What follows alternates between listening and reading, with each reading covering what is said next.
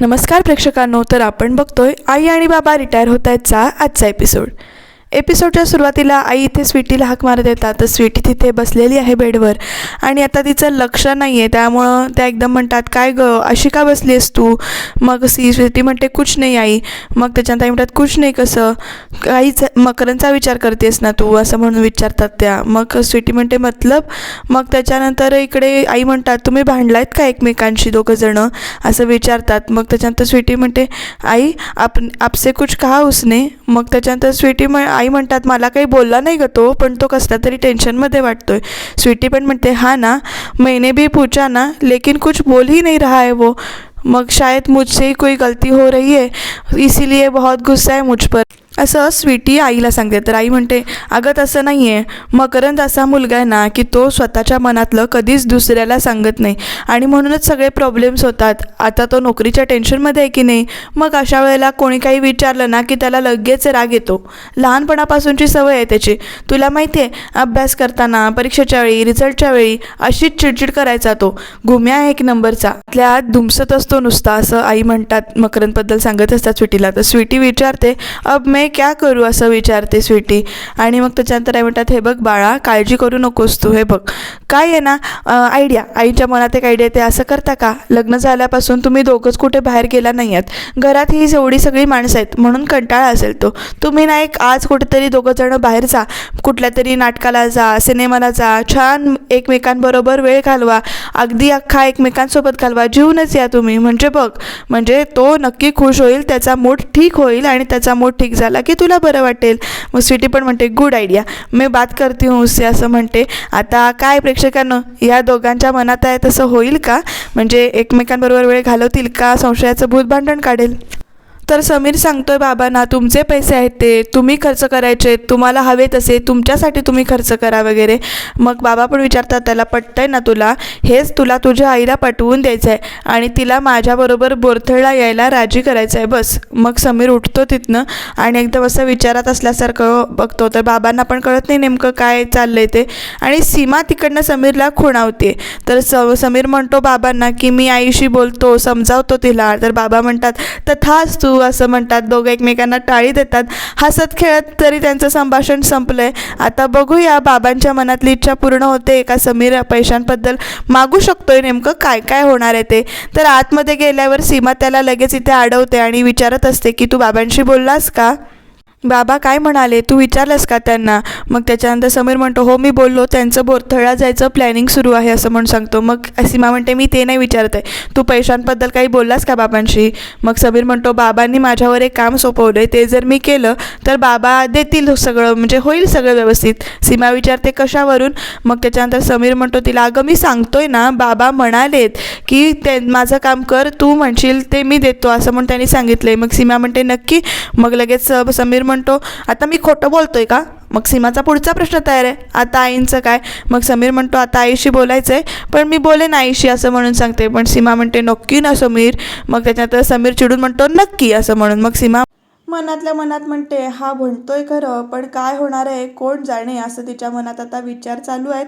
तर प्रेक्षकांनो आता इकडे बघा, नवीनच आपल्याला कॅरेक्टर काय जे इंट्रोड्यूस झाले. तर इथे फोटो काढतोय, मॉडेलचे फोटो काढतोय. तर इथे शमिका पोचलेली आहे तिथे आणि ती एकदम जाऊन हाक मारते. तो सांगत असतो फोटोज बघ वगैरे, खूप छान फोटो आलेत, मी बोललो होतो ना तुला वगैरे. आणि ती हाक मारते आदित्य केळकर. मग दोघांचं लक्ष तिच्याकडे जातं इथे. मग तो पण म्हणजे सरप्राईज होऊन म्हणतो तुम्ही इथे. आणि मग तो त्याला सांगते, मॉडेलला सांगतो शीतल प्लीज एक्सक्यूज अस असं म्हणतो. आणि मग ती निघून जाते. आणि आता या ना या प्लीज या असं म्हणून तो बोलवतो तिला. आणि दोघं जण छान गप्पा मारतात बरं का प्रेक्षकांना इथे. आता बघूया पुढे या दोघांमध्ये काय गप्पा होत आहेत ते. त्याच्या आधी शमिका त्याला 11 रुपये काढून देते. तर तो हसायला लागतो आणि म्हणतो सिरियसली तुम्ही असं म्हणतो एकदम. आणि मग त्याच्या आर यू मॅड असं विचारतो, तुम्ही खरंच 11 रुपये द्यायला इथपर्यंत आलात, अहो मला वाटलं गंमत करताय तुम्ही. मग शमिका म्हणते असं कसं, जेव्हा मला गरज होती तेव्हा तुम्ही माझी मदत केलीत ना, मग आता तुमचे पैसे परत करणं हे माझं कर्तव्य नाही आहे असं विचारते ती. आणि मग तो पण म्हणतो कर्तव्य, बाप रे मोठे मोठे शब्द. मग त्याच्यात शमिका म्हणते कोणाचे पैसे उधार घेतले आणि ते परत नाही केले तर ते आमच्या घरात चालत नाही. हे घ्या तुमचे पैसे असं म्हणून ती सांगते. तर तो हसतो आणि म्हणतो ठीक आहे द्या. तर 11 रुपये तरी परत घेतलेले आहेत. तर तो म्हणतो थँक्यू. मग त्याचं नाव माहिती नसतं. मग ती म्हणते शमिका. मग तो म्हणतो नाईस नेम, थँक्यू शमिका असं म्हणतो. तर शमिका असते. मग तो विचारतो असं काय म्हणजे काय घेणार, चहा कॉफी? शमिका म्हणते काही नको. तर तो म्हणतो काही नको. मग ती परत मानेनं नको म्हणते आणि तो म्हणतो अरे बापरे. मग शमिका म्हणते काय झालं? मग त्याच्यानंतर अहो आमच्याकडे आलेल्या पाहुण्यांना म्हणजे पाहुण्यांनी चहा कॉफीला नको म्हटलं ना तर चालत नाही हो असं म्हणून तो तिच्याच शब्दात तिला म्हणजे अडकवतो आणि दोघंजण इथे खळखळून असतात. मग तो म्हणतो पुढे काहीतरी घ्यावंच लागणार. मग शमिका म्हणते सरबत चालेल.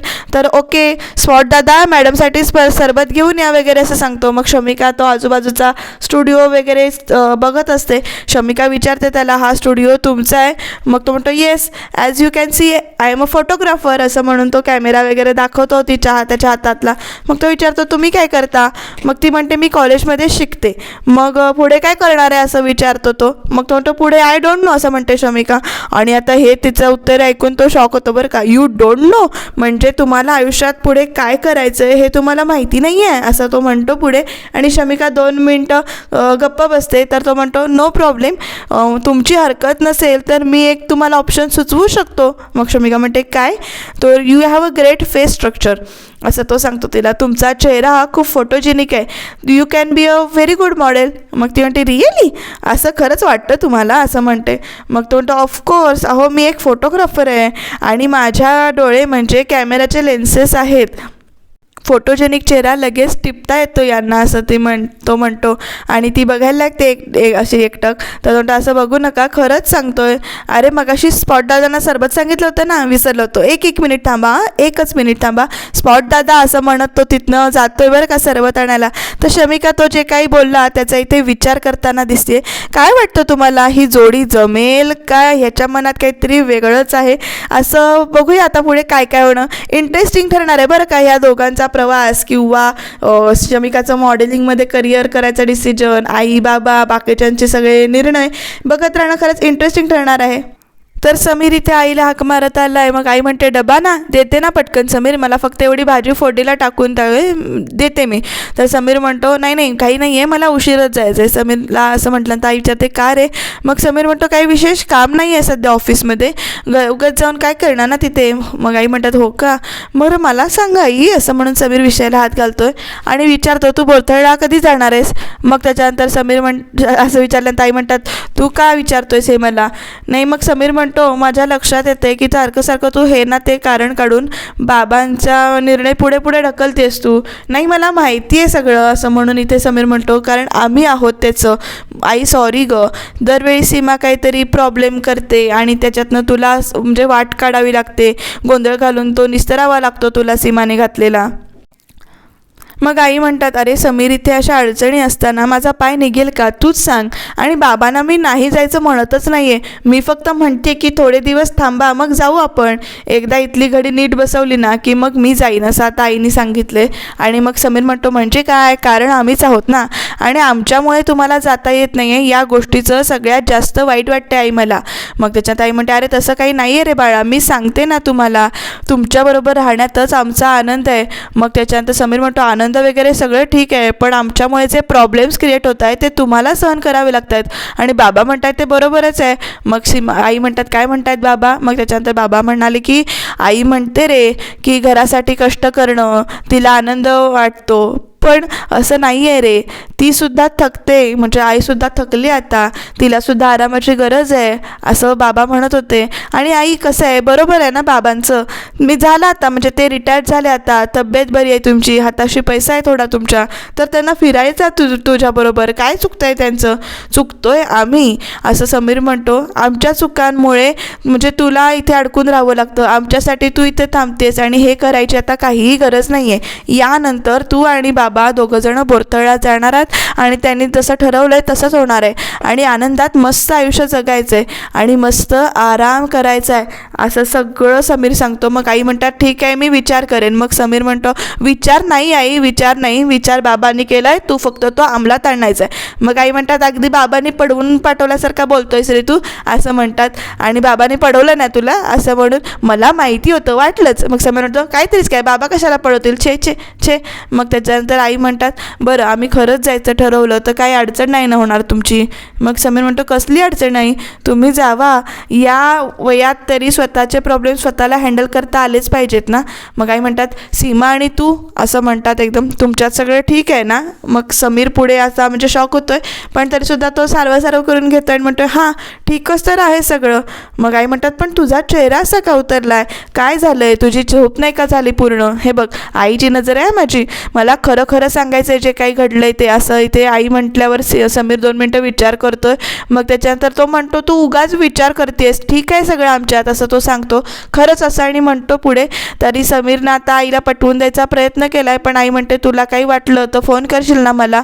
मग त्याच्यानंतर समीर म्हणतो, हो ग आई, मी सगळं तुला कळवणार, रोज सकाळी आज की ताजा खबर तुमच्यापर्यंत पोहोचवणार, ओके. असं म्हणून समीर इथे खुश होतून विचारतोय. आणि आई म्हणते, हे राहू दे बाजूला, मला म्हणजे 1 कप चहा बनवशील का असं विचारतो. मग आई खुश होते आणि बरं बनवते म्हणते आणि समीर निघून जातो. समीर निघून गेल्यानंतर आई म्हणते की हा बोलत नाही आहे का घडाघडा माझ्याशी, आईशी बोलावं रे मोकळेपणाने. तू असं दडपणाखाली असताना मी इथनं कशी जाऊ, कसा माझा पाय निघेल, असा आईंच्या मनात विचार चालला आहे. बघूयात आई जातात का नाही जातात ते.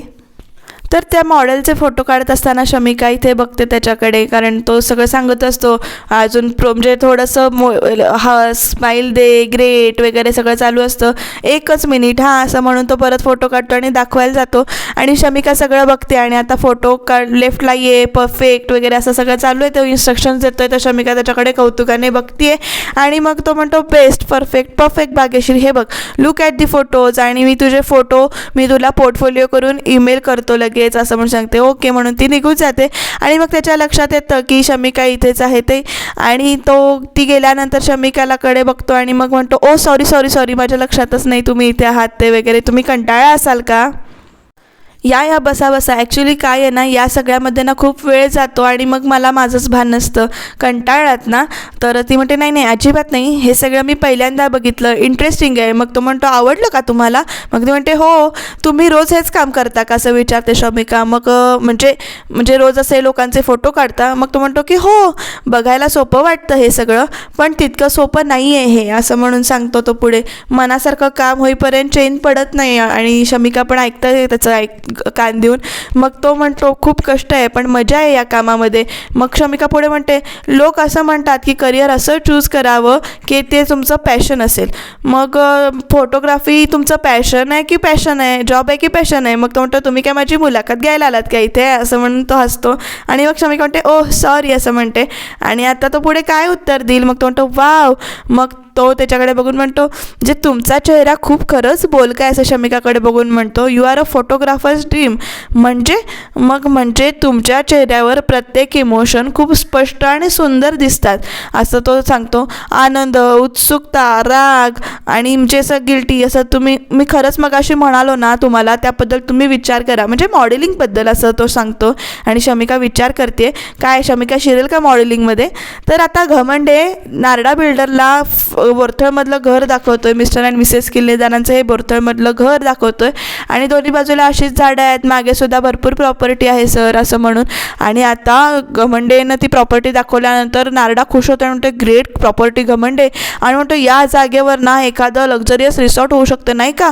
मग सर अगदी तुम्ही माझ्या मनातलं बोललात सर, म्हणजे लोकेशन पण मस्त आहे, एकदम शांत, सगळीकडे अशीच ग्रीनरी आहे सर.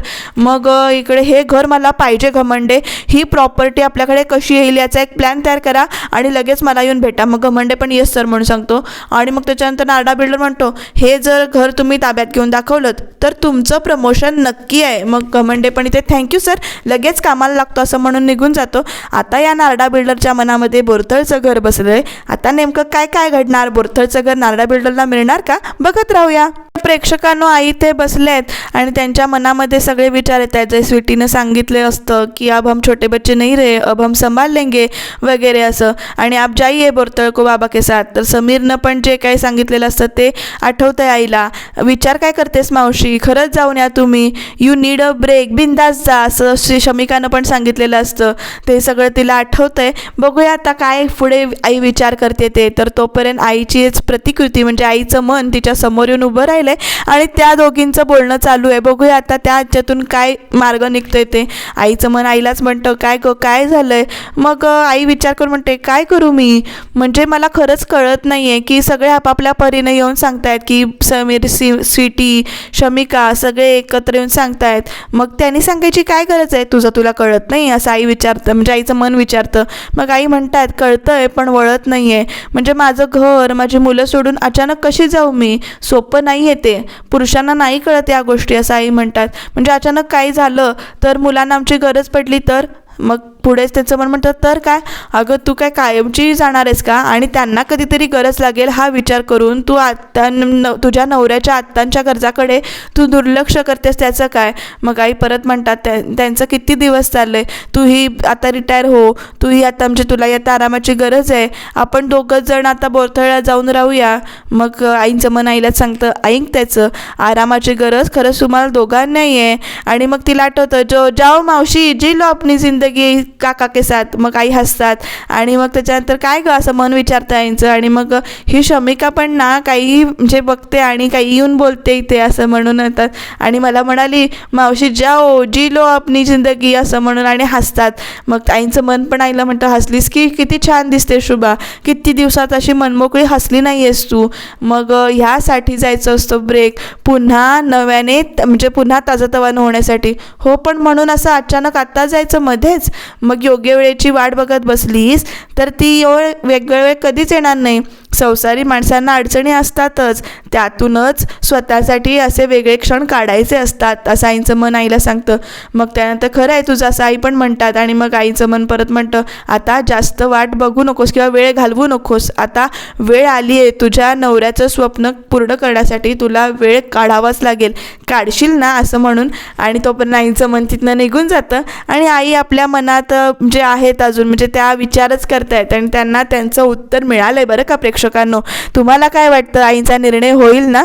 तर शमिका म्हणते त्याला, तुम्ही चेष्टा करताय ना माझी, म्हणजे घरात मी सगळ्यात लहान आहे, सगळेच माझे खेचत असतात, तुम्ही पण तेच करताय ना. मग तो म्हणतो, हम टेर नाही फोटो खिचते हे असं म्हणून तो म्हणतो आणि स्वतःच असतो. आणि मग त्याच्यानंतर तो स्वतःच वाईट होता ना, सॉरी असं म्हणतो. मग शमिका पण हो असं म्हणते आणि मग तो परत म्हणतो, अहो पण मी खरंच तुम्हाला मनापासून सांगतोय हो, तुम्ही सिरियसली विचार करा या गोष्टीबद्दल, हवं तर आधी फोटो काढून घ्या आणि मग बघा, पण माझी नजर कधी खोटं बोलत नाही असं सांगतो तो तिला. हवं तर मी स्वतः तुमचे फोटो काढून देईन, पुढचं पुढे बघूया. तर शमिकाच्या मनात तर आलेलं आहे, ती विचार करते आणि ती विचारते, खरंच? मग तो म्हणतो, अगदी खरं.